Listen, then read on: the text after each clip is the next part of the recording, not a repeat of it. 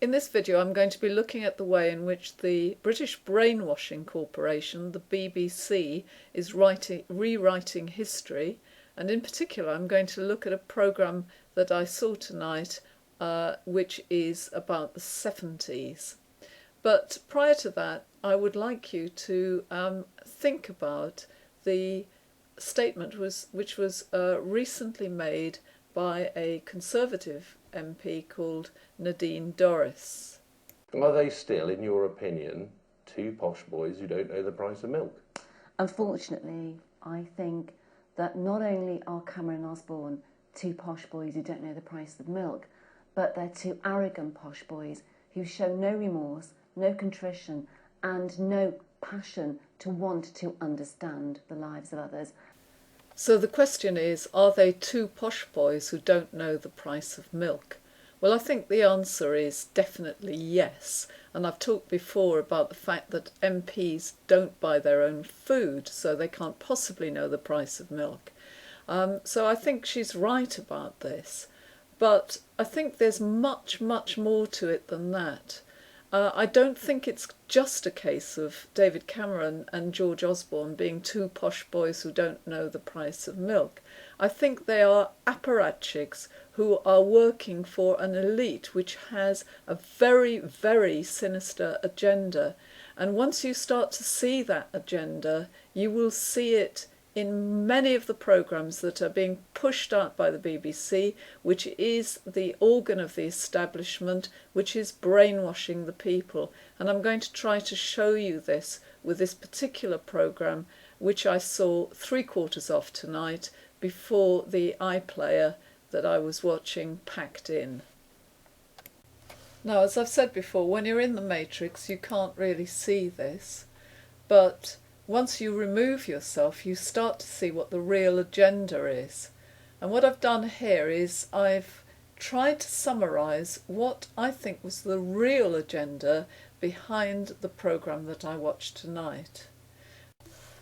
So the real agenda was to make scapegoats of the baby boom generation who were young in the 70s, who are systematically now, as I've tried to show exhaustively in other videos, being blamed for the current crisis, in spite of the fact that they are actually the victims of the current crisis. So we're in a situation very similar really to the Jews in the last depression, and it really is quite sinister if you are awake and you can see this. The programme begins in this way.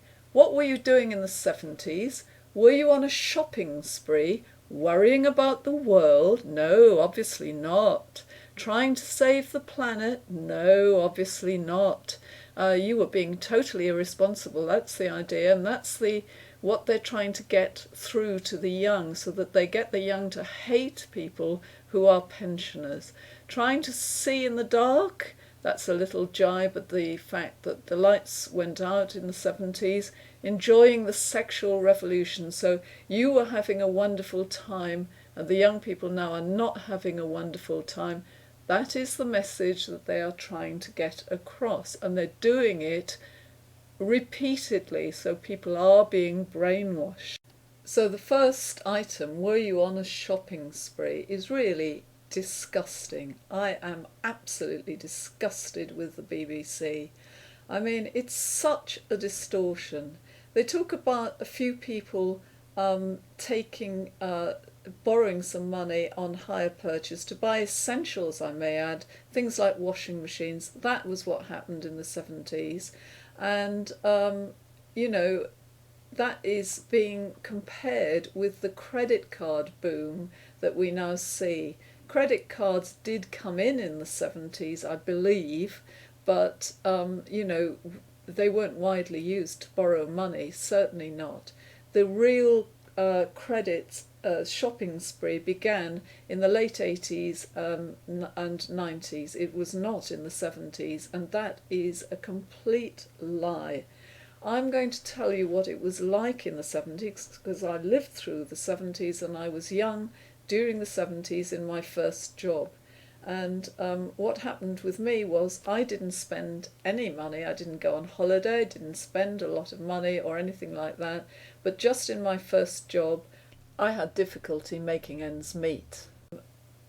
I do know that inflation, and I did experience that, was 25% at one point, 20% for quite a while as well. So we had heavily rising prices. They do say that, to be fair, but then they talk about people borrowing money on the credit card, and that really didn't happen because you weren't allowed to go overdrawn. And I'm going to recount what happened to me.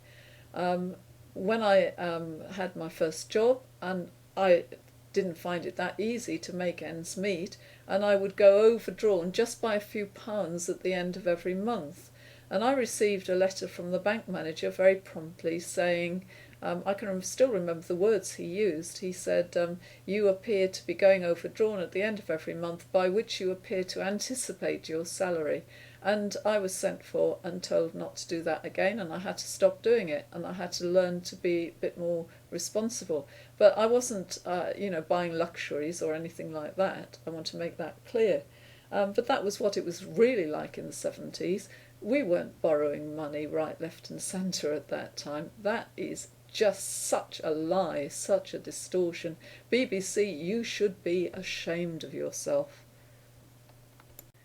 If you're young and you really want to see what the 70s was like, you need to watch The Likely Lads, because I think The Likely Lads gives a very accurate impression of what it was like in the 70s. Here you can see Terry, who, as you can see, did not have a car. He was getting the bus at this point. Admittedly, he didn't have a job, but he has no car. And Terry, who is portrayed, I mean, that's part of the joke of the series, as a bit more aspirational than Terry. And Bob has a car, but it's a battered old second-hand car. That was normal in the 70s. And he is buying a house. It's a normal run-of-the-mill semi in a street in which Terry jokes that you'd have to have a number on the house because otherwise you'd never be able to find it again. So that's the sort of life people led. And they are in their 30s, well into their 30s when they buy the house, as you can see. And the last picture is of the living room at Audrey's house. Audrey is Terry's older sister, and she's that much older again. And you can see it's a very, very ordinary sort of environment, not what Dominic Sandbrook is describing. That's rubbish. And here's a tribute to Dominic Sandbrook. Whenever you see something like this in which a historian is being, praised and promoted in this way, you know that historian is giving out propaganda that suits the global elite. I've already documented the same sort of thing from Neil Ferguson in one of my other videos. Anyway, you can see that he is very much in favour. I looked him up on Wikipedia, and he was born in 1974, so he's 38 years old. And I don't normally like making comparisons and saying, one generation is worse off than the other, because I do happen to think that a lot of people in their 30s now are really suffering, and I think young people are having a very, very hard time. But I don't like hypocrisy at the same time. And this man is 38, and presumably this is looks like his home. And you can see that he's got a very luxury flat. So if you can contrast that with what you saw in The Likely Lads, you can see that he is a real hypocrite here, and he should not be saying the things he's saying. But when the BBC does a piece of brainwashing, it likes to get quite a lot of brainwashing in at the same time. And as you can see, the second point that I've made in the objectives that I think were behind this programme is that they were trying to promote the idea of the British Empire.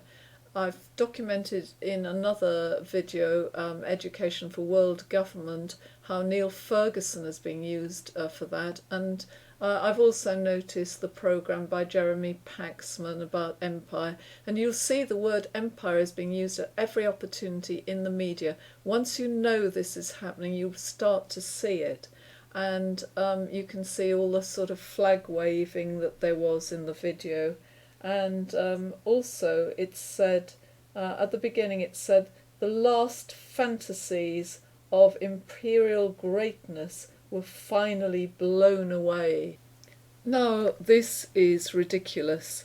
Anyone with the slightest knowledge of history will realise that the British Empire had started to disappear in the 50s, and the process was completed in the 60s and was pretty well non-existent by the 70s. So this statement that the last fantasies of the great British Empire were finally blowing away is absolute poppycock.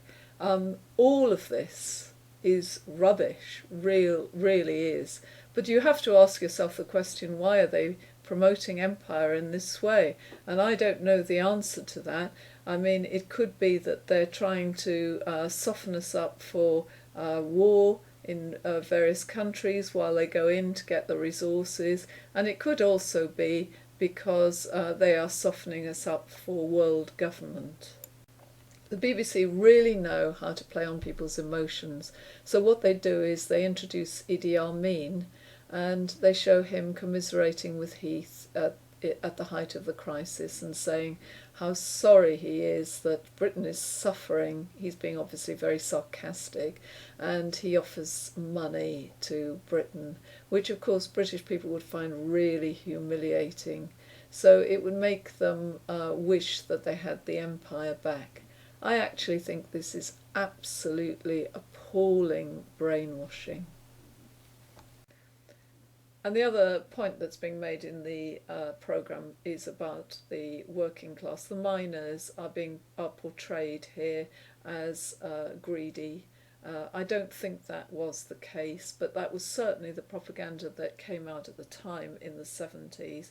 And there's also a warning to the population that if you go on strike, as the miners did, the sort of thing that will happen to you will be the winter of discontent. You will have the lights out and all the rest of it. And I expected that they would be putting that out. But one thing that really did surprise me was the picture of the pit. And you can see a dirty, great, big chemtrail behind it. So, I mean, it's almost laughable. There are quite a few skies that are being shown, which are suggested to have been skies in the 70s, but they couldn't have been because you didn't have chemtrails in the sky like this in the 70s. That is something which is completely new, started in the 90s, actually, the chemtrails, and they're taking the opportunity to take a modern-day picture of a coal pit and to suggest that this was a picture taken in the 70s and therefore that chemtrails did exist at that time. The amount of brainwashing in this programme and propaganda is unbelievable. And that's all I have to say, really. I think that people need to be aware. Once you're aware, you will start to see it everywhere.